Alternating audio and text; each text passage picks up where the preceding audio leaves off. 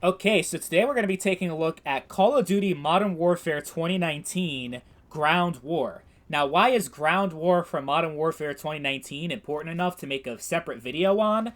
Well, it's because this was the first Call of Duty game where Ground War truly felt like a separate game in comparison to the regular multiplayer. Because typically in Call of Duty, like going back to every game prior to Modern Warfare, it was just the same maps, the same exact game, but instead of 6v6, it was 9v9. And that's what Ground War was, which was cool. Like in certain maps and certain games, like World at War and Call of Duty Ghost was a lot better in Ground War for most of the maps in those games than the actual 6v6 was. But with Modern Warfare 2019, they took it to a whole new level. Now we had 64 player matches in Call of Duty, which at the time was insane. And this was pre-Warzone, too. It was about, I don't know, 4 or 5 months before Warzone came out. So having this amount of players in Call of Duty was unprecedented at the time. And it was also at a time where the Battlefield series was at a low point following the release of Battlefield 5 and everything bad that was going on with that game.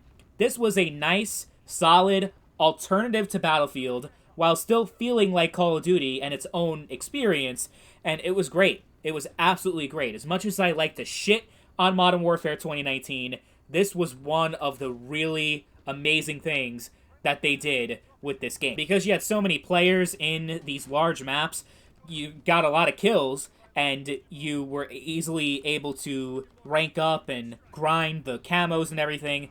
You know, aside from just having to grind shipment all the time, this was another solid alternative when it came to the camo grind and weapon grind. And what was even cooler about this is that you could actually earn your kill streaks like normal, like you do in the regular multiplayer, but now use it in this large-scale battle, and you were able to get so many kills as a result.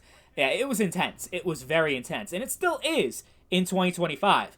I have a hard time actually getting the full 64 players. A lot of time, most of the time when I'm playing, it's like maybe I'll get like 40 players, 45, never quite the full 64, but you still have some players in 2025 because of the crossplay being a part of Modern Warfare 2019.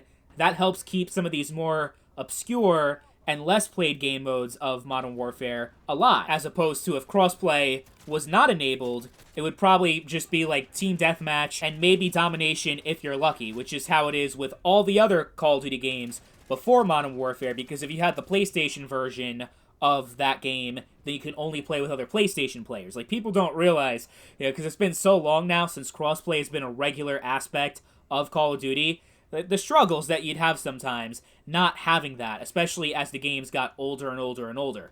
Thankfully, though, Ground War is still alive. It is still pretty good in 2025. Ground War is pretty good as well in Modern Warfare 2 and Modern Warfare 3. A little disappointed because they kind of just made it the exact same way as it was in 2019. I was hoping for them to kind of expand upon it and give us some more features and more things to do in Ground War than we had in the first Modern Warfare. But they're still pretty good in those games as well. But I think Modern Warfare 2019 really killed it as far as giving us another multiplayer mode, another PvP multiplayer mode on top of the traditional 6v6 experience. You had other games since then that tried to do something similar or like do something that wasn't Ground War, like Fireteam and Cold War. I don't think that was nearly as good and nearly as fun as this. And I'm someone who likes Cold War overall a lot better than Modern Warfare. And oh yeah, you also had War Mode in Call of Duty World War II, if you guys remember that.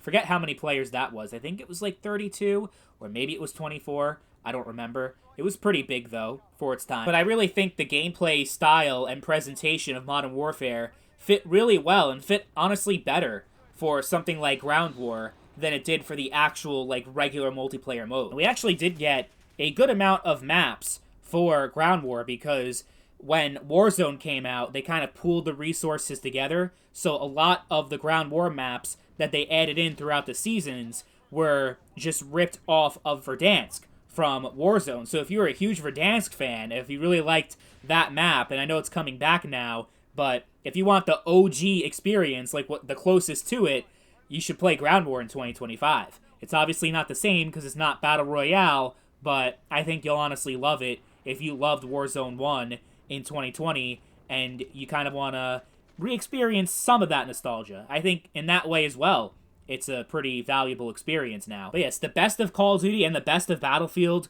put into one game mode, I love it so much. And I'll still come back to it from time to time.